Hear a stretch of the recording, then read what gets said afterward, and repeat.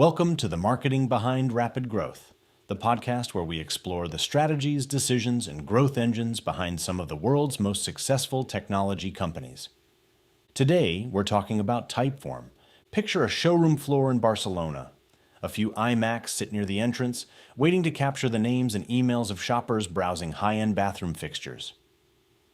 It's 2010, and two young agency owners have been hired to build something nobody will ever think twice about. A lead capture form, except they can't stop thinking about it. Instead of the usual stack of blank boxes, they picture something stranger. They picture a 1983 movie, War Games, where a teenager sits down at a military computer and it talks back to him, one line at a time, like a conversation. What if a form felt like that? What if filling something out didn't feel like paperwork, but like being asked a question by someone who was actually listening? That small, strange idea, a form that behaves like a conversation, became Typeform.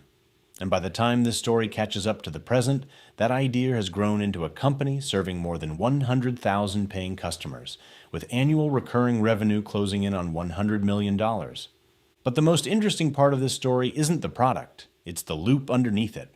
How marketing strategy kept reaching back into the product again and again and reshaping what it became. Let's start where it started, a red ocean, disrupted by taste.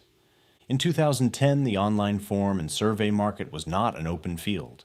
It was crowded, mature, and dominated by an entrenched player, SurveyMonkey. If you wanted to build a form, the tools existed, plenty of them. But look closely at those tools and you'll notice something. They were built like plumbing, functional, efficient, completely indifferent to the human being on the other end, the person actually filling the thing out. Nobody in that category was designing for the respondent. They were designing for the person collecting the data, not the person giving it. David Okuniev and Robert Munoz, the two founders, made a contrarian bet. They didn't think the market needed another form builder with more features bolted on. They thought it needed a different paradigm entirely. Something humane, something beautifully designed, something that asked one question at a time instead of dumping the whole form on you at once. In a category that had never once tried to compete on taste, they decided taste would be the whole strategy. They spent roughly a year and a half building this on nights and weekends, while still running their design agencies during the day. It went by a different name at first, Quickie-Forms, and Okuniev, the more design-driven of the two, largely skipped the customer validation process that Silicon Valley treats as gospel. He trusted his eye instead. That instinct got an early vote of confidence. When they put up a simple landing page on a site called BetaList in 2012, before the product had even launched, they collected around 5,000 email addresses. People wanted this before it existed. A product that marketed itself. Once the beta was live, something happened that the founders hadn't fully engineered, but would come to depend on completely. Forms, by their nature, get shared. Someone builds a type form, sends it to their audience, and that audience fills it out. And because the experience was so unlike anything people had seen before, this conversational one-question-at-a-time interface, respondents noticed. Tucked at the bottom was a small badge, powered by Typeform, and a meaningful share of those respondents clicked it and went and made their own. That loop, user makes a form, shares it, respondents discover the product, some of them become users themselves, became the engine of the early business. It drove roughly 80% of new customers. When Typeform introduced a paid tier at $25 a month, the company crossed $1 million in annual recurring revenue within about a year. Here's the strategic lesson worth sitting with. Typeform didn't buy that growth. It didn't run ads to get there. The product itself was the distribution channel. Every form built was quietly a piece of marketing collateral pointed back at the company. But virality has a ceiling. It's a wonderful engine for getting a company off the ground. It is not, on its own, an engine built to keep climbing indefinitely. As Typeform pushed through the $15 to $20 million revenue range, that free organic growth curve began to flatten. This is the point where a lot of companies panic and reach for the playbook everyone else uses.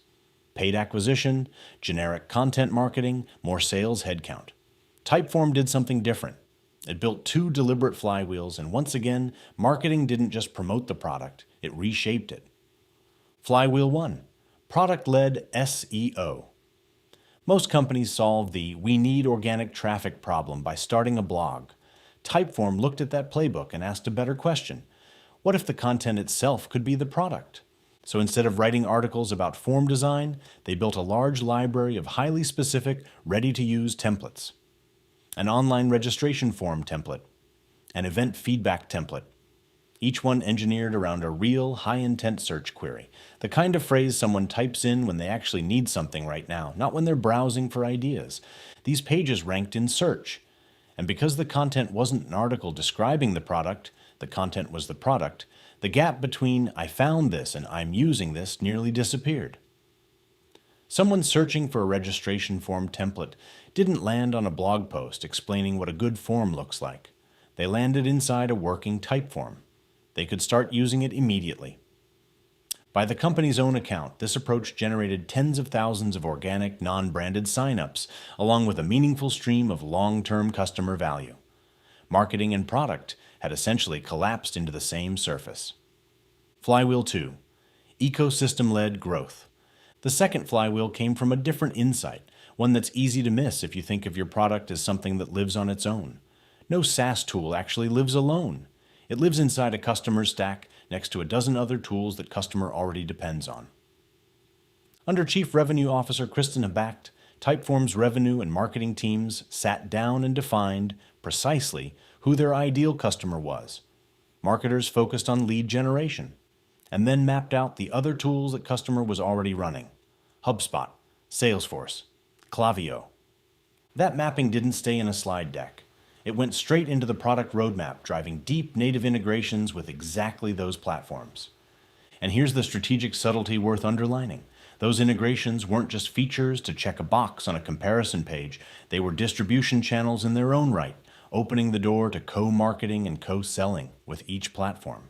And they made Typeform stickier, harder to rip out of a workflow it was now woven into. This is a clean example of something that's easy to say and hard to execute. Product market fit and product ecosystem fit are not separate problems. They're the same problem, viewed from two angles. Typeform credits this shift with a marked lift in revenue, the scaling crisis, and a startup inside the startup. Products aren't the only thing that need to scale. Organizations do too, and Typeform hit that wall around 150 employees.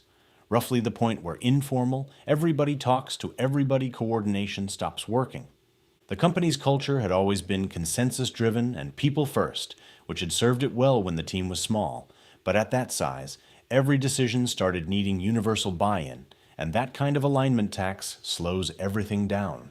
Okuniev's response required accepting something uncomfortable. Genuinely new ideas rarely survive inside a maturing core product. Not because anyone's doing anything wrong, but because the instinct of a mature product team is to optimize and protect what's already working. That instinct is healthy for the core business and lethal for anything that looks like a real departure from it. So Okuniev stepped back from his co-CEO role and started something called Typeform Labs, a small, deliberately isolated unit whose only job was to go from 0 to 1. With essentially 2 people, Labs built Video Ask, an asynchronous video conversation tool that grew into a genuine product of its own. The lesson here isn't really about video, it's about structure. Breakthrough work tends to need a walled garden, insulated from the very optimization pressure that makes a core product successful. Becoming an AI-first company, which brings the story to today. Under Chief Product and Technology Officer Alex Bass, Typeform is attempting its biggest reinvention yet, moving from a form builder to what Bass describes as an AI-driven automation hub. From forms to flows. 2 recent launches show where this is headed. GrowthFlow treats a form submission not as an endpoint, but as the start of a workflow, using AI to enrich and profile a respondent, then automatically route, qualify, and even let them schedule, sign, or pay without a human stitching those steps together manually. ResearchFlow pushes further still. It deploys an AI agent that can recruit participants and conduct moderated qualitative interviews at a speed traditional research simply can't match, then synthesizes what it learns in hours instead of weeks. The company that once built a form because a bathroom retailer needed leads is now building an AI agent that can go out, have a conversation, and bring back insight. It's the same founding instinct, pointed at a much bigger target, what operators can take from it. A few lessons carry beyond this one company. Taste can be a moat. In a world where AI is making code itself commoditized, a beautifully designed, human-centered experience is one of the few things genuinely hard to copy.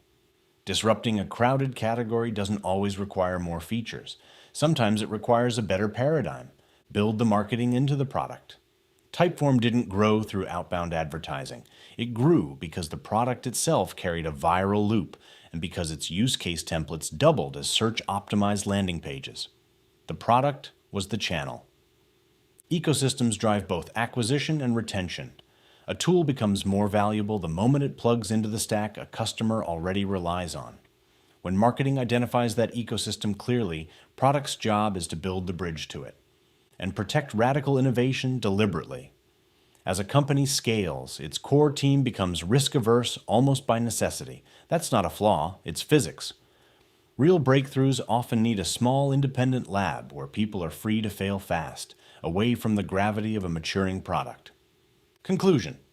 Typeform started with an almost embarrassingly simple observation.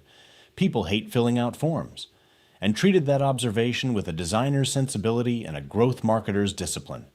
What came out the other side wasn't just a nicer-looking form.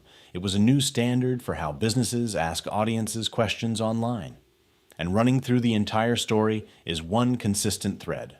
A differentiated, design-led product gave marketing something worth spreading, and marketing, in turn, kept reaching back into the roadmap to tell the product what it needed to become next. For founders and product leaders, the takeaway isn't complicated, even if it's hard to execute. Build for the experience of the person on the other end. Engineer the product so it markets itself, and stay willing to disrupt your own success before someone else does it for you. This was the marketing behind rapid growth. See you in the next episode.